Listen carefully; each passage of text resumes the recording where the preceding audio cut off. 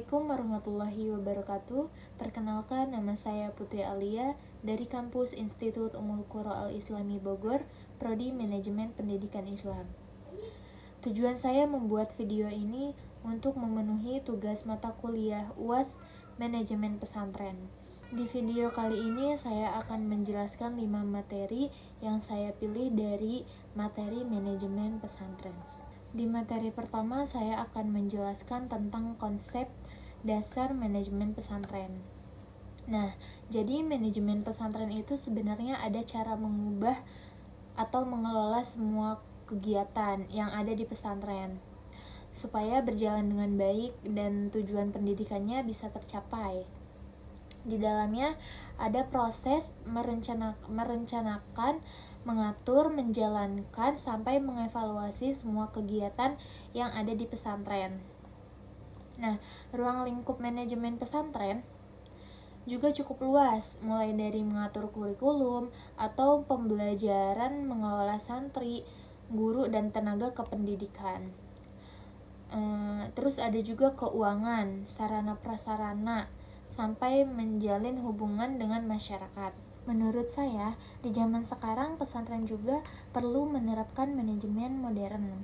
Misalnya, memanfaatkan teknologi untuk administrasi, membuat perencanaan yang jelas, dan melakukan evaluasi secara rutin. Tapi, walaupun mengikuti perkembangan zaman, pesantren tetap harus mempertahankan ciri khasnya. Contohnya, kayak menghormati kiai, menjaga adab santri, membiasakan hidup sederhana, dan menanamkan nilai keikhlasan. Jadi modern boleh, tapi identitas pesantren jangan sampai hilang.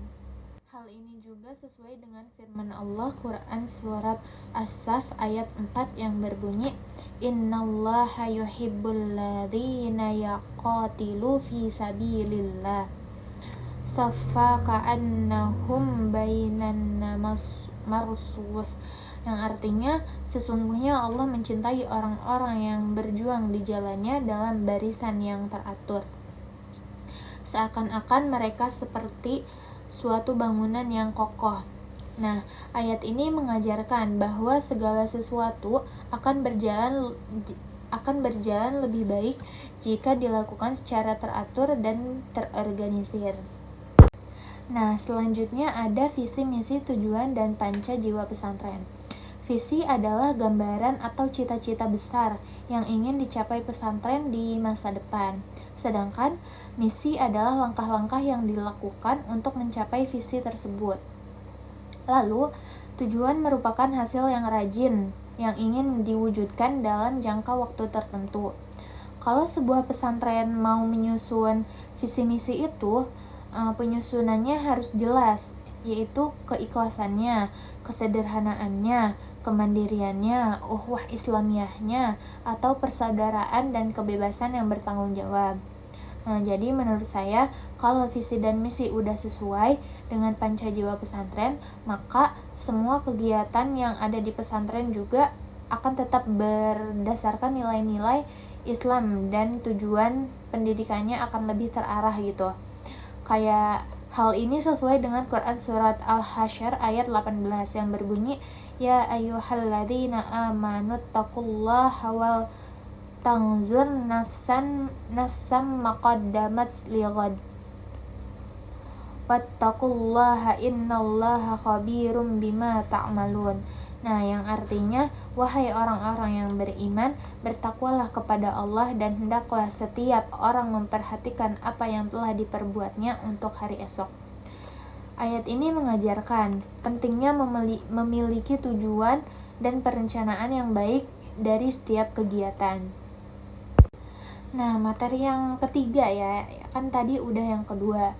Nah, sekarang yang ketiga yaitu kepemimpinan dan tata kelola pesantren. Nah, di pesantren itu, kiai mempunyai peran yang sangat penting karena menjadi pemimpin sekaligus bagi seluruh warga pesantren. Selain itu, ada juga pengurus, ustadz atau ustazah, serta tenaga kependidikan yang saling bekerja sama agar kegiatan pesantren berjalan dengan baik. Nah, menurut saya pribadi, kepemimpinan yang ideal itu bukan berarti semua keputusan diambil sendiri oleh kiai, tapi kiai tetap menjadi pemimpin utama. Sementara pengurus dan guru juga diberi tanggung jawab sesuai tugasnya.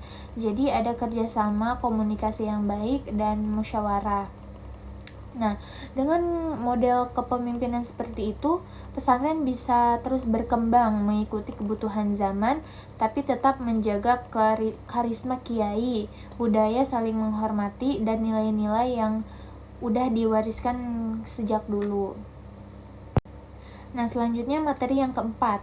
Yang keempat itu ada kebijakan pemerintah dan penjaminan mutu.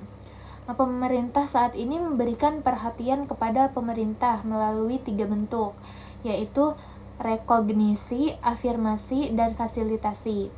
Nah, rekognisi berarti pemerintah mengakui dong keberadaan dan sistem pendidikan pesantren.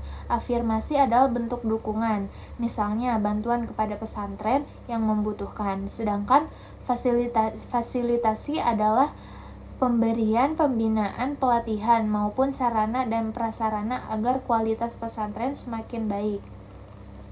Selain itu, ada juga sistem penjaminan mutu internal atau SPMI.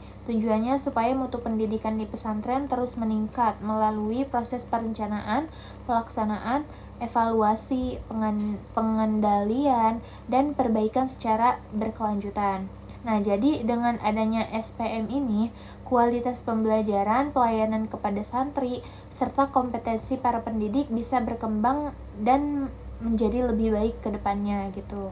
Materi yang kelima itu ada manajemen akademik dan SDM pesantren.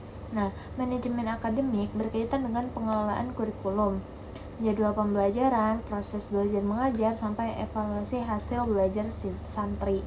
Sedangkan manajemen SDM hubungan dengan pengelolaan santri, guru, ustadz, ustazah, dan kepada tenaga pendidikan agar semuanya bisa menjalankan tugasnya dengan baik. Contoh penerapannya misalnya membuat kurikulum yang menggabungkan ilmu agama dan ilmu umum, mengadakan pelatihan bagi guru agar kualitas mengajarnya meningkat, melakukan pembinaan karakter santri, serta memberikan evaluasi secara rutin. Nah, menurut saya pribadi, kalau manajemen akademik dan SDM diterapkan dengan baik, maka lulusan pesantren nggak hanya memiliki ilmu agama yang kuat, tapi juga punya akhlak yang baik, keterampilan, dan siap menghadapi perkembangan zaman. Nah, hal ini sesuai dengan Quran Surat An-Nahl ayat 90 yang artinya sesungguhnya Allah menyuruhku berlaku adil, berbuat kebajikan, dan memberi kepada kaum kerabat serta melarang dari perbuatan keji. Ayat ini menjadi dasar bahwa pengelolaan santri, guru, dan tenaga kependidikan harus dilakukan dengan adil, profesional, dan penuh tanggung jawab agar tujuan pendidikan pesantren dapat tercapai. Mungkin cukup sekian pembahasan dari saya, kurang lebihnya mohon maaf. Wassalamualaikum warahmatullahi wabarakatuh.